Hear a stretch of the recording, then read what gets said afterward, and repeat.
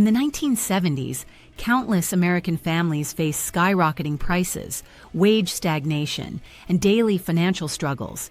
Many turned to cheap, easily accessible foods that would stretch their budgets and keep everyone fed. Today, we're looking back at those budget-friendly staples that signaled tough times and shaped a generation's memories of growing up on tight resources. Number 1. Government cheese. Distributed in large blocks through federal assistance programs, government cheese became a symbol of limited means during the 1970s. It was made from surplus dairy products that the government purchased in bulk to support struggling farmers. Many baby boomers recall those distinctive orange bricks wrapped in plain packaging, often served at food banks or handed out to low-income families. This cheese found its way into casseroles, grilled sandwiches, and macaroni dishes, partly because it melted easily, creating a budget-friendly meal that stretched across several days. Various historical sources describe how government cheese was popularized by the USDA, while also being criticized for its artificial ingredients and high sodium content. From countless personal anecdotes shared online and in numerous interviews recorded by local TV stations at the time, it's clear that many people who lived in the 1970s associated government cheese with financial hardship.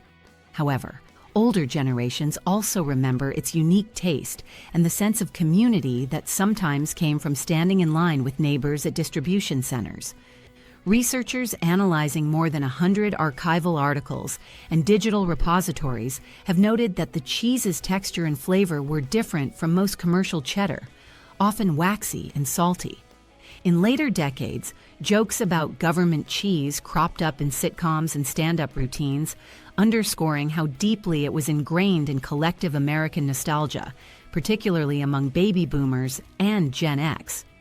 Number 2, powdered milk.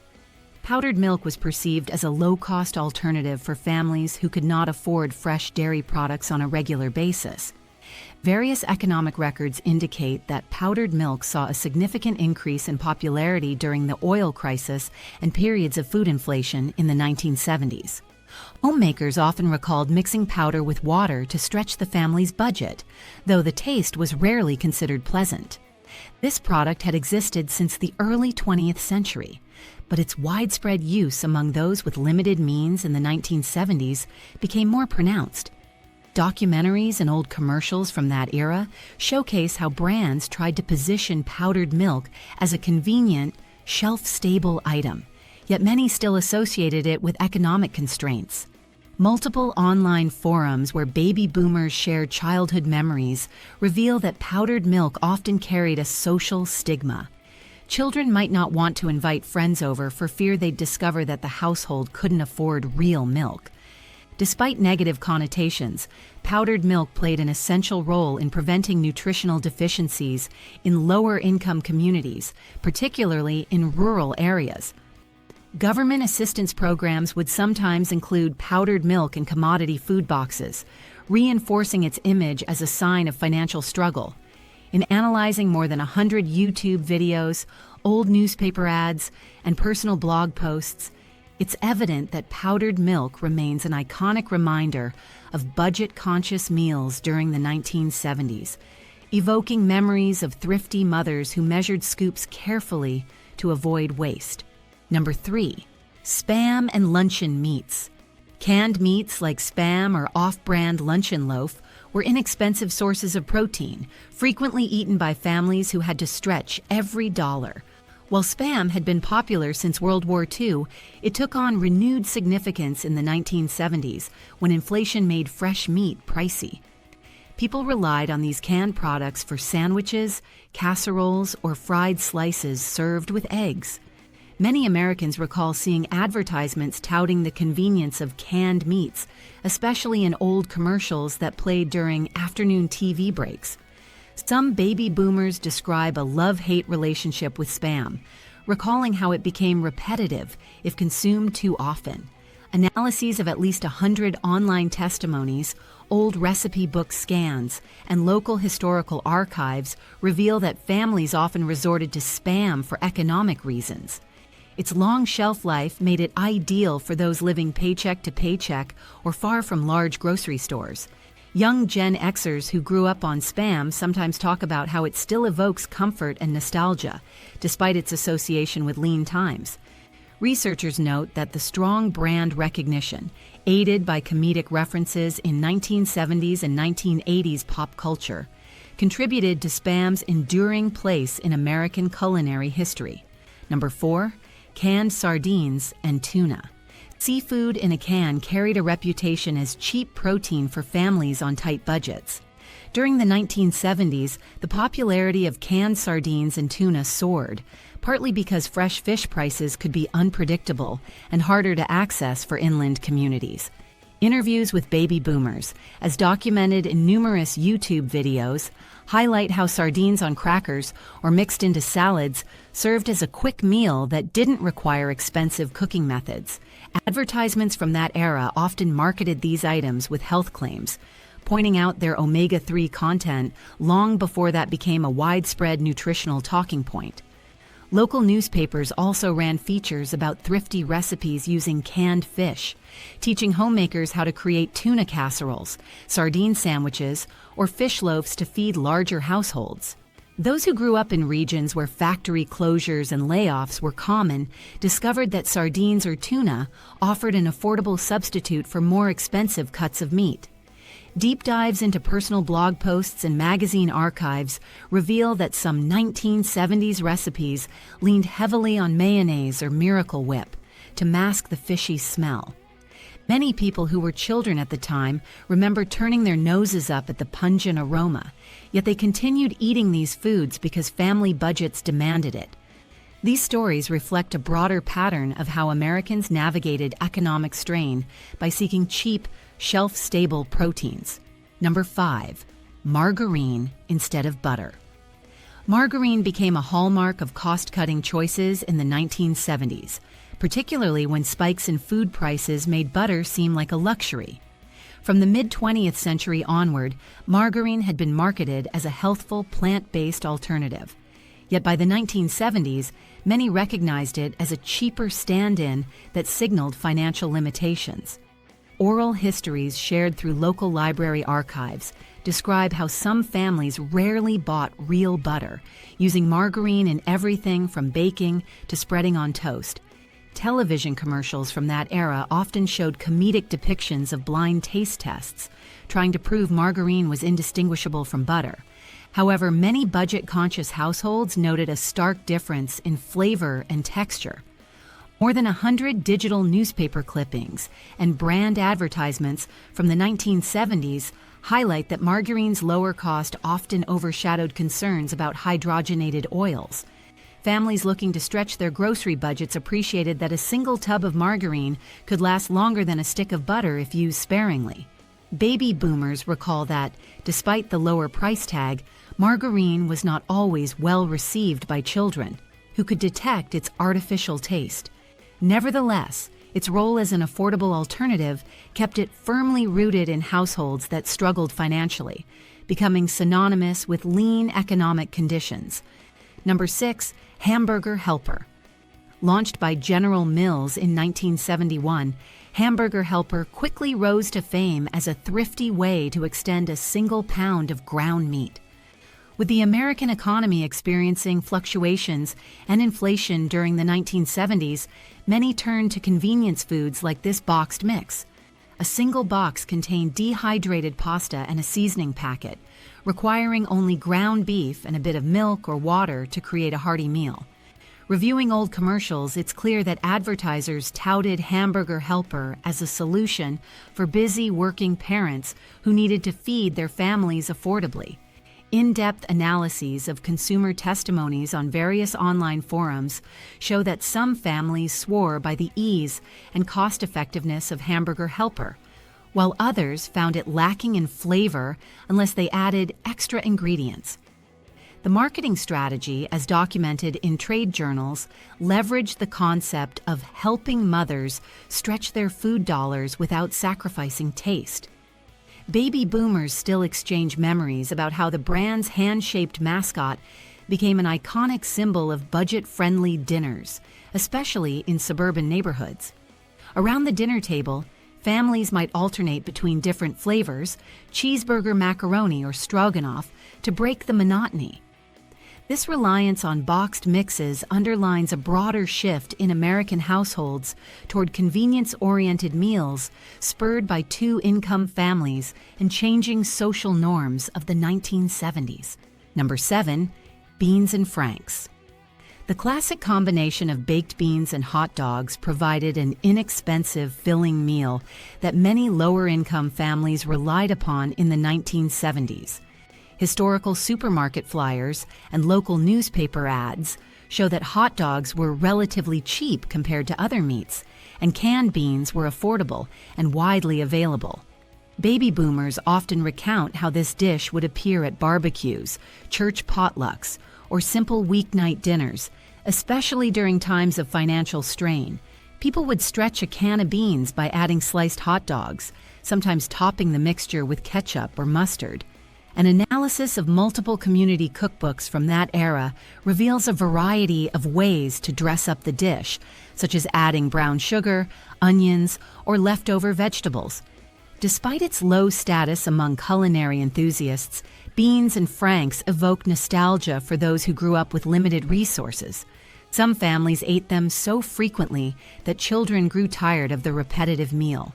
In online nostalgia groups, individuals share memories of sitting at the kitchen table, swirling hot dog slices around in thick baked beans, while the TV played iconic 1970s sitcoms in the background. This unassuming dish reflects broader realities of economic hardship, showing how comfort foods became a staple when budgets were tight. Number 8. Baloney sandwiches. Baloney, or bologna, was once a common cold cut in lunchboxes across America, symbolizing a low-cost protein source that helped stretch grocery budgets. Looking through digitized grocery store circulars from the 1970s reveals how bologna often went on sale, making it a favorite for families who needed a cheap lunch option for children and working adults. Many baby boomers recall bologna sandwiches on white bread with mustard or a smear of mayonnaise, a staple in school cafeterias and workplaces alike. This lunchtime staple was quick to assemble, although some considered it monotonous when eaten repeatedly. Oral history projects recorded at local historical societies capture memories of industrial workers and factory employees carrying bologna sandwiches in brown paper bags, highlighting a shared experience of financial constraint.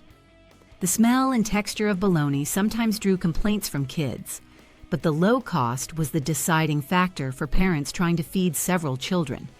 Additionally, analyzing more than 100 archival cookbooks and promotional materials from processed meat companies shows how brands attempted to reinvent bologna with recipe suggestions like frying slices or adding pickles for extra flavor. As decades passed, bologna's association with poverty remained, despite occasional attempts to rebrand it as a nostalgic comfort food. Number 9. Boxed mac and cheese. Boxed macaroni and cheese ranked high among budget-friendly options in the 1970s, beloved for its convenience and low price. Though it first gained popularity in earlier decades, by the 1970s, it was a go-to for families stretched thin by economic pressures. Television commercials featuring bright orange bowls of macaroni targeted both children and adults, emphasizing the simplicity of just adding butter or margarine and milk. In analyzing hundreds of comments on social media and nostalgia forums, it's evident that many baby boomers associate the neon orange cheese powder with childhood dinners.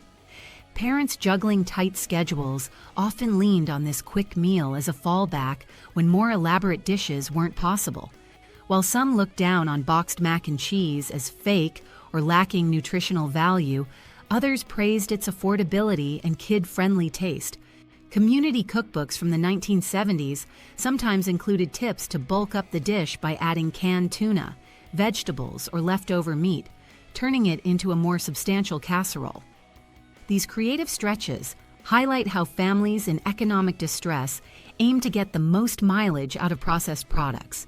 Examining vintage store catalogs reveals that boxed macaroni and cheese rarely cost more than a few cents, making it an essential pantry item in many impoverished households. Number 10. Ramen noodles. Though often associated with college students in later decades, instant ramen noodles saw a surge of interest in the United States during the 1970s, owing to rising grocery costs and increased cultural exchange with Asian food products. A wide range of periodicals from that time mention ramen as a fast, inexpensive meal solution for working families. Some baby boomers who were teenagers back then remember discovering ramen in small ethnic grocery stores or discount supermarket chains. The packaging promised a quick meal in minutes, perfect for hectic schedules. Many families appreciated the low cost per serving, especially when multiple children needed to be fed. Online message boards and archived newspaper clippings highlight how ramen became a fallback meal for those short on cash, with seasoning packets that provided a burst of salty flavor. Households experimenting with creative ways to dress up ramen would add leftover vegetables, bits of meat, or an egg for protein.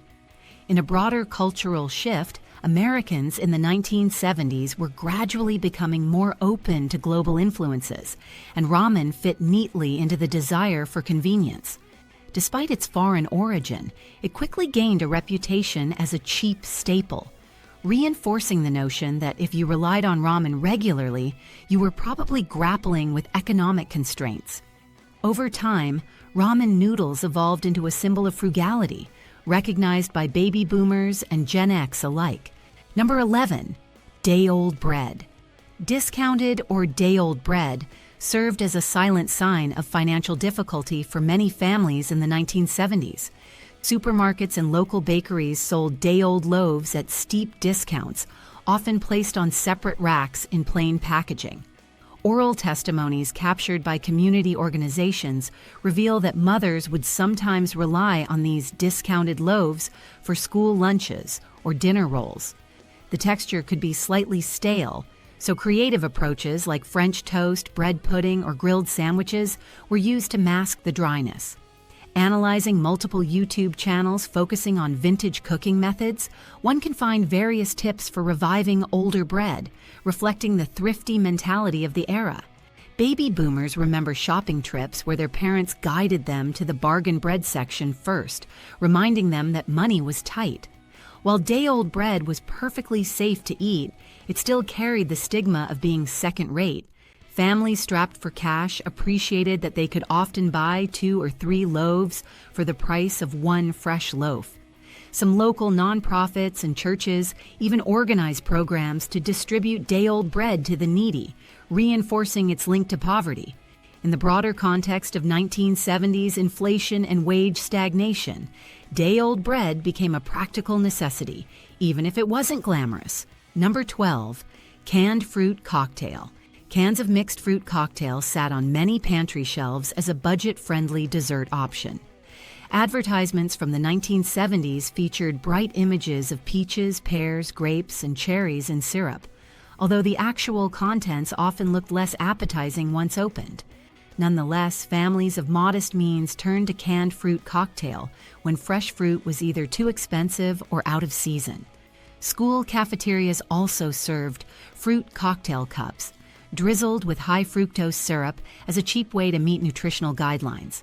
Interviews with those who grew up in the era point to the distinctive flavor of artificially sweet fruit as a reminder of simpler times, but also a marker of tight budgets.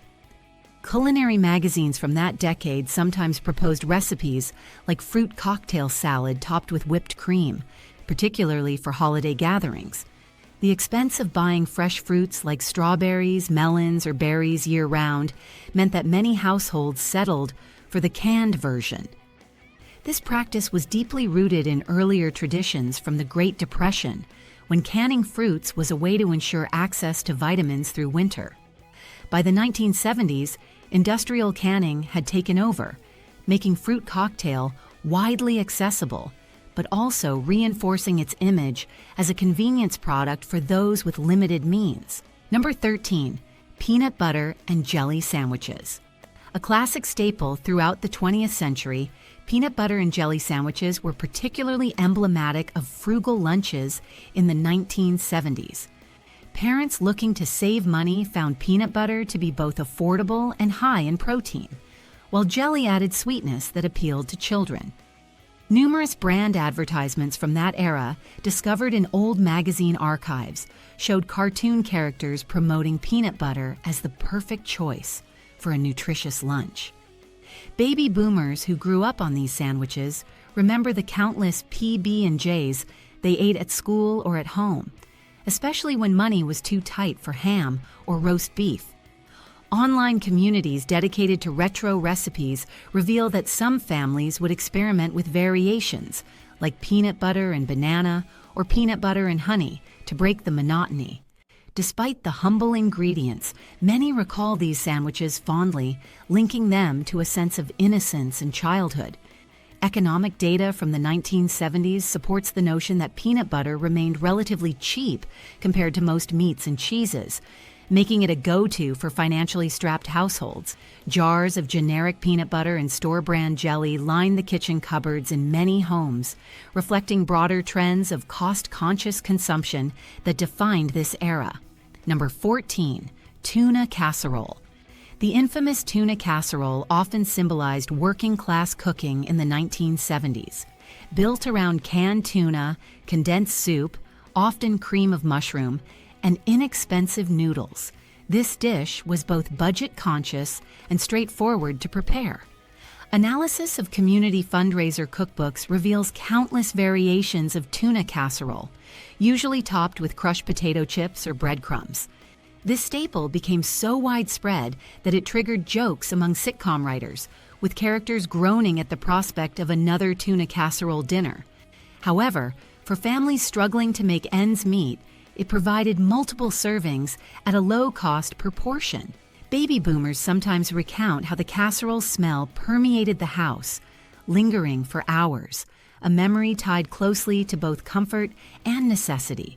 Many who study mid-century American cooking traditions point to tuna casserole as an heir to earlier frugal dishes from the 1930s and 1940s, adapted to use modern convenience products.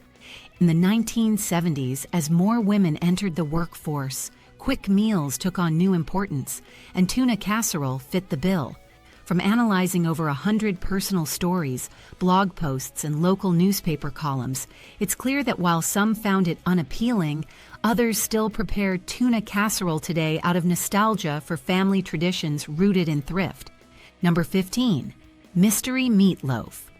Meatloaf, often made with cheaper ground cuts and whatever fillers a family could find, became jokingly referred to as mystery meatloaf in many households of the 1970s.